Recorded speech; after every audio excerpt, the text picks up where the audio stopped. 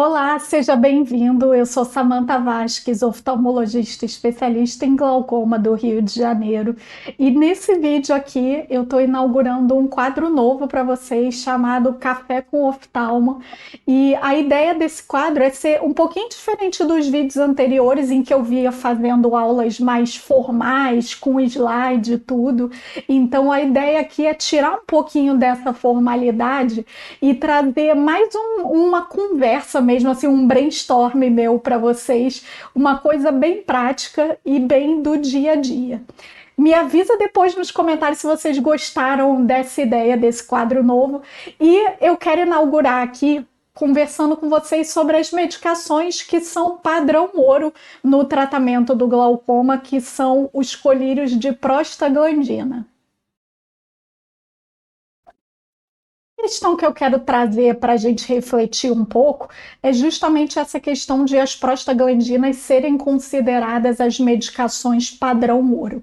O que elas têm de diferente das outras drogas e que coloca elas como as drogas de primeira escolha no tratamento? A gente tem duas principais questões aí envolvidas. Uma questão é a de eficácia mesmo. Elas são as drogas que isoladamente dão uma maior redução de pressão intraocular. Então, as prostaglandinas, elas entregam para a gente uma redução de pio em torno de 35% e timolol e brimonidina entregam reduções de 25% a 30%, um pouquinho menos, e os inibidores da anidrase carbônica tópicos, a dorzolamida e a brinzolamida, eles são as medicações de eficácia mais baixa, variando de 20% a 25%. Então, tem uma questão de eficácia que é muito importante para colocar as prostaglandinas como drogas de primeira escolha.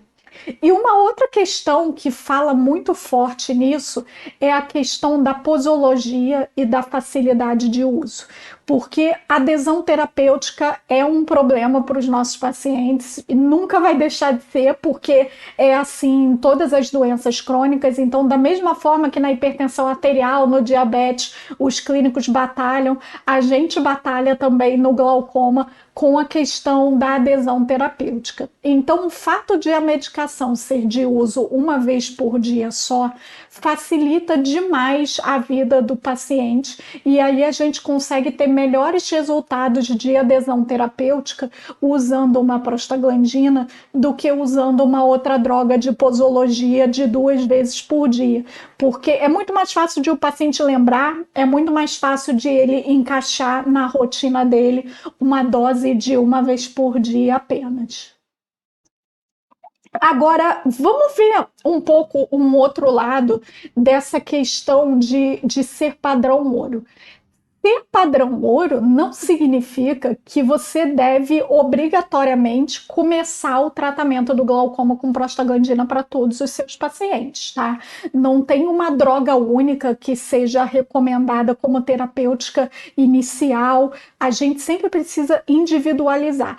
Então, são pontos muito positivos, a redução de pressão e a adesão terapêutica são sim, mas isso não quer dizer que a gente vai tratar todo mundo com prostaglandina, porque tem outras questões que a gente deve considerar. A minha cachorra ali do lado. Uma questão é que eu falei que a eficácia é um dos pontos que faz a prostaglandina ser primeira escolha, essa redução de pio de 35%. Mas aí cabe uma reflexão também de que nem todos os nossos pacientes precisam, num primeiro momento, de uma redução de 35% de pressão. A gente tem muitos protocolos de muitos estudos sobre início de tratamento em que o objetivo inicial é uma redução de 20% apenas. Então, mesmo os inibidores da anidrase carbônica, eles entregariam isso para a gente. Então, num paciente, por exemplo, hipertenso ocular, em que você não precisa de grandes reduções de pressão, acaba que esse ganho de eficácia ele perde um pouco de valor, porque tudo bem, uma medicação super potente, mas eu nem estou precisando dessa potência toda. Talvez em muitos pacientes começar logo de cara com uma prostaglandina seja um tiro de canhão num quadro que é uma formiga e que uma droga com menor eficácia seria suficiente. Mas ainda tem a questão da facilidade de uso que a gente precisa levar em conta, sim. Então, a facilidade de uso, isso daí não tem discussão. Elas são mais fáceis de usar do que as outras drogas. Agora, um outro ponto que me faz questionar essa questão de ser primeira opção de tratamento para todo mundo são os efeitos colaterais. A gente sempre costuma dizer que as prostaglandinas são drogas bem toleradas, mas quando a gente fala isso, a gente fala muito do ponto de vista sistêmico. Não é que nem o timolol que dá aquela bradicardia, não é que nem a brimonidina que dá sono. Então, a prostaglandina é muito bem tolerada do ponto de vista sistêmico, mas elas têm muitos efeitos colaterais locais e que são principalmente efeitos colaterais estéticos. Olho fundo, olheira, aquele cílio enorme, o olho vermelho, aquela reabsorção de gordura periorbitária. Muitos oftalmologistas acabam relevando esses efeitos colaterais justamente por eles serem estéticos. E aí acabam passando prostaglandina para todo mundo como primeira opção. Mas a gente precisa levar em conta que a estética ela é importante para o paciente. E o fato de ter muitos efeitos colaterais também diminui a adesão terapêutica.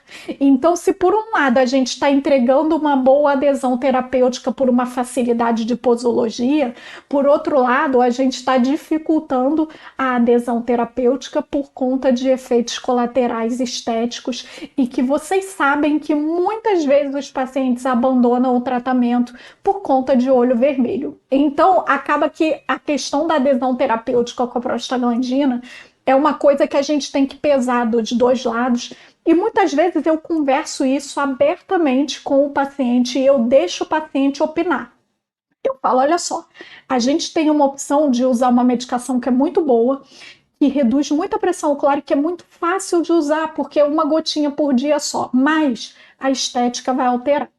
Ou então, a gente pode usar uma medicação que é 2 vezes por dia, mas que não vai ter tanto essa questão da estética. O que você prefere? E aí, muitas vezes, o paciente vai falar que tanto faz, mas muitas vezes também ele vai claramente manifestar uma preferência. Ele vai falar, não, eu boto no despertador, mas eu não quero ficar com olheira. Ou então vai falar, eu não ligo para estética, não, pode usar o que é mais fácil, porque eu quero facilitar a minha vida. Então são perfis de personalidade do nosso paciente e que a gente precisa ouvir. E é por isso que a gente não pode ter como lei que a prostaglandina é a primeira opção para todo mundo. Porque a adesão terapêutica vai ser muito boa se o paciente não se importar com a estética. Se ele se importar com a estética, você vai perder essa vantagem da adesão terapêutica. Então, a gente precisa discutir isso mais abertamente com o paciente. E o fato de serem alterações estéticas, a gente precisa sim valorizar. Não só pela adesão terapêutica, mas pelo lado psicológico do nosso paciente também. Porque para a gente que é médico, a gente vê um olho vermelho como um efeito colateral normal da droga que não vai fazer mal nenhum para esse paciente. Agora, para o paciente, o olho vermelho é atestado de doença. Porque essa pessoa que tem aquele olho vermelho da prostaglandina, em todo lugar que ela vai, alguém pergunta para ela se ela está com conjuntivite, se ela tem alguma doença do olho. Então, o glaucoma é uma doença que tem uma carga emocional pesada, afinal, é a maior causa de cegueira do mundo e os pacientes sabem disso. Então, esse olho vermelho, que é o atestado de doença, faz o seu paciente ter que explicar para as pessoas em todo lugar que ele vai que ele tem glaucoma, que é uma doença que cega, que ele pinga um colírio, que o colírio deixa o olho vermelho. Por um lado, falar sobre a doença é bom para que outras pessoas procurem o oftalmo e tenham um diagnóstico precoce. Mas, por outro lado, imagina como que isso não é sacrificante do ponto de vista emocional para o nosso paciente. E isso é um aspecto que, honestamente, eu nunca vi nenhum oftalmologista comentar. Eu nunca vi alguém num congresso, alguém numa aula falando sobre esse aspecto psicológico do olho vermelho. E o que eu vejo quando eu converso com os pacientes é isso, é que eles odeiam ter que dar explicação sobre por que o olho está vermelho. Então eu tento o máximo possível deixar a estética do meu paciente muito boa, porque eu sei que isso vai ter todo um reflexo psicológico e que vai ajudar no meu tratamento.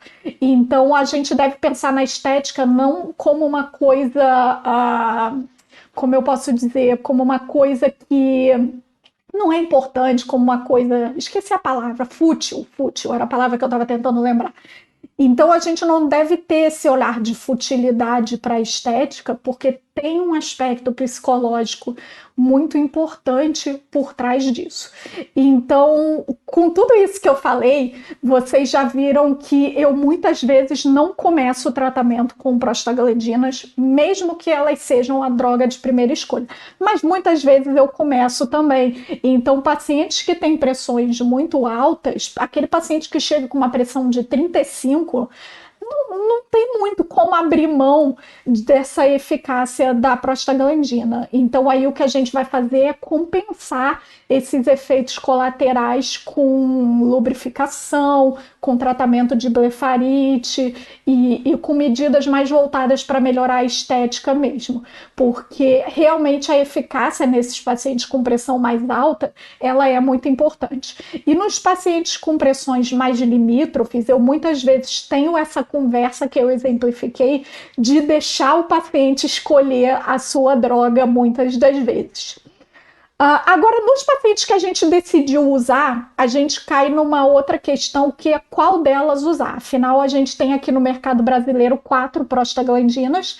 A gente tem bimatoprosta, latanoprosta, tafloprosta e travoprosta. E aí, a partir do momento que a gente decidiu usar uma prostaglandina, a gente cai numa questão de qual prostaglandina que a gente vai usar. A tafloprosta tem a questão do conservante dela ser sem conservante, né? E é a única vantagem que ela tem realmente. Mas o fato de a gente ganhar um benefício de não ter conservante, a gente também está ganhando alguns pontos negativos. A ausência de conservante, ela não é 100% positiva. Um ponto negativo é dificuldade de uso. Flaconete, o paciente não consegue usar direito, isso é um fato. Eles têm dificuldade de pingar, eles ficam revoltados com a parte da medicação que sobra e que vai jogar no lixo. Então, flaconete é sempre um desafio. E outra questão da ausência de conservante é que a gente não sabe muito bem o quanto que o conservante pode ser benéfico em termos de absorção de medicação, porque vale lembrar que a principal via de absorção intraocular da droga é através da córnea. Então, de certa forma, você ter uma substância agressiva para a córnea como um conservante, ele vai facilitar a absorção da medicação. Isso é uma coisa teórica, isso são suposições, a gente não tem estudos legais sobre isso, comparando a mesma droga com conservante, sem conservante e medindo concentração no humor aquoso. É uma coisa até complexa de se fazer e a gente não tem uma boa avaliação científica para eu dizer que tem dados de literatura para isso. Então, não tem dados de literatura. Mas faz sentido a gente pensar que se a absorção da droga é pela córnea, eu ter um epitélio lesionado vai absorver melhor do que eu ter um epitélio íntegro. Sabemos se isso faz diferença em termos de controle de pressão e controle de doença? Não temos a menor ideia. Então, isso é um ponto que não fica nem pró nem contra, porque acaba que a gente não tem muito dado, mas é uma coisa para se pensar, para se ter em mente quando você decide passar uma droga sem conservante. Então, a tafloprosta, a grande vantagem dela, que é o Saflotan, a grande vantagem dela é a questão do conservante, que fica aí esse questionamento em relação a o quanto isso é uma vantagem.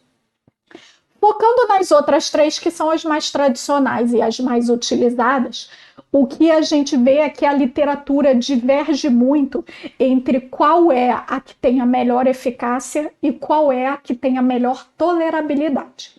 O que os estudos comparativos mostram é que nenhum deles mostra diferença gritante. Quando tem diferença ou de eficácia ou de tolerabilidade, é uma diferença discreta entre uma droga e outra. Então não tem assim um estudo confiável que mostre que uma delas é muito mais eficaz. Varia muito de um estudo para o outro, varia muito talvez dependendo de qual laboratório está patrocinando aquele estudo, essa questão de qual das três é a mais eficaz e qual das três é a mais bem tolerada. Acaba, então, que muito dessa decisão de qual prostaglandina passar, ela é muito baseada em termos de experiência prática, de a gente usar as três e a gente ver a resposta no dia a dia, e aí acaba que a galera meio que forma uns times de quem é Team bimatoprosta, Team latanoprosta, Team travoprosta. Eu vou começar para vocês que eu sou o Team latanoprosta. Eu gosto muito da tolerabilidade da latanoprosta. Em termos de eficácia, eu confesso que eu não vejo diferença entre elas significativa na prática, mas o que eu percebo é que a latanoprosta tem mais fraco essa questão do efeito colateral, mas uma questão que é muito individual de cada paciente, viu? Como a latanoprosta eu vejo mais pacientes tendo bom resultado, eu uso mais dela, mas às vezes acontece de eu prescrever uma latanoprosta, o paciente voltar queixando muito de efeito colateral e aí eu trocar por outra prostaglandina e o paciente acabar melhorando.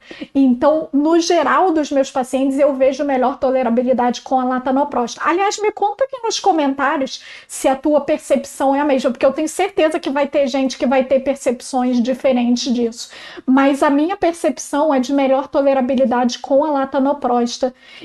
Mas tem sim pacientes que ficam péssimos com ela e que quando eu troco melhoram. Agora, em questão de eficácia, a gente não vê muita diferença entre elas com uma ressalva, desde que o paciente seja respondedor a todas elas. Porque uma coisa que a gente tem que levar em conta também é que quando a gente usa a bimatoprosta, a gente está usando um receptor diferente. A bimatoprosta, ela na verdade, ela não é uma prostaglandina, ela é uma prostamida. E o receptor dela é diferente do receptor da latanoprosta, da travoprosta e da tafloprosta. Então, às vezes, a gente tem uma diferença de eficácia por questão genética do paciente de receptor. Tem paciente que não responde com latanoprosta e travoprosta porque não tem receptor. E aí você troca para bimatoprosta e aí ele responde. O inverso também. Tem paciente que não responde com a bimatoprosta porque não tem receptor. E aí você troca e aí ele responde. E o que a gente considera o não respondedor? É aquele paciente que você iniciou a prostaglandina e a redução de pressão foi menos do que 10%. Isso é muito pouco para uma prostaglandina. Isso significa que esse paciente é não respondedor e não adianta você manter aquela droga. Aí ou você tenta mudar a questão do receptor. Agora não adianta trocar latanoprosta por travoprosta, que é o mesmo receptor. Se for o caso, troca pela bimatoprosta. Usa um receptor diferente, tá? E aí você observa como é que vai ser a resposta, se vai ter uma eficácia melhor. Detalhe, gente, que eu não entrei aqui em questão do Vysulta, que é o latanoprosteno Bunode, mas sempre que eu falo latanoprosta, na verdade o Vysulta está ali incluso também, porque quando metabolizar esse latanoprosteno Bunode, ele vai virar uma latanoprosta com uma molécula de óxido nítrico. Então, tudo que eu falo para latanoprosta acaba valendo para ele também. Bom, e agora que eu já falei qual que é a minha preferida, eu vou acabar entregando também qual que é a que eu menos uso. A que eu menos uso, a que eu acho que é pior em termos de tolerabilidade, é a travoprosta. Então, eu não costumo prescrever como primeira opção. Tenho pacientes que usam? Tenho vários pacientes que usam. Por quê? Porque eles já chegaram em mim usando e eles estavam bem adaptados, bem controlados, com uma boa eficácia, então não tinha por que eu mexer no time que está ganhando. Mas quando o paciente não usa nenhuma prostaglandina e eu vou prescrever, eu normalmente não prescrevo a travoprosta, por conta de observar pior tolerabilidade. Não é eficácia, como eu falei, eu não vejo grandes diferenças de eficácia entre elas, mas em termos de tolerabilidade, o que eu percebo é que a travoprosta é pior tolerada. E foi o que eu percebi quando eu pinguei em mim também. Eu costumo pingar todos os colírios, eu já pinguei, porque os representantes se assustam, até porque eles chegam com remédio no consultório novo, eu abro e pingo direto em mim. Mas eu acho importante a gente ter essa experiência até para a gente saber orientar o paciente. Então eu sempre testo em mim as medicações e em mim o que eu percebi foi uma pior tolerabilidade com a travoprosta. Eu pinguei num dia à noite, no dia seguinte o olho estava super vermelho. E foi até uma situação engraçada. Eu tive que ir num velório no dia seguinte. Todo mundo ficou me perguntando se eu estava com conjuntivite, porque eu pinguei um olho só, ficou um olho só vermelho. Foi uma coisa horrível. Então, travoprosta, minha experiência não é muito boa por conta de efeito colateral. Agora, tenho muitos pacientes que usam e que toleram bem, e que aí eu não mexia naquela terapêutica deles. O que mais que eu quero falar? Tenho um ponto mais importante. O café até já esfriou, já acho que eu estou falando demais. Mas eu tenho um ponto mais importante para comentar, que é uma coisa que é uma dúvida que eu recebo bastante do pessoal oftalmologista geral e da galera catarateira, que é a questão do pós-operatório com as prostaglandinas, se suspende, se não suspende. Então esse é um último ponto que eu quero abordar. Prostaglandina é pró-inflamatória? Sim, é pró-inflamatória. Um efeito muito discreto, mas ela é pró-inflamatória. Cirurgia inflama? Sim, cirurgia inflama, mas vamos combinar que a cirurgia de catarata, com a técnica que a gente tem hoje, com os aparelhos atuais, com as lentes atuais, com os viscoelásticos da qualidade que a gente tem hoje, com o tempo de cirurgia curtíssimo como é hoje em dia, a cirurgia de catarata ela inflama muito pouco.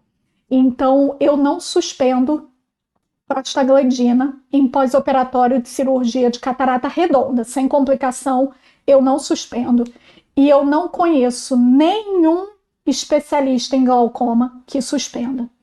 Eu pergunto para todos, ninguém suspende. Até hoje eu não encontrei um especialista em glaucoma que suspenda a prostaglandina no pós-operatório de uma faco sem intercorrência. Tá?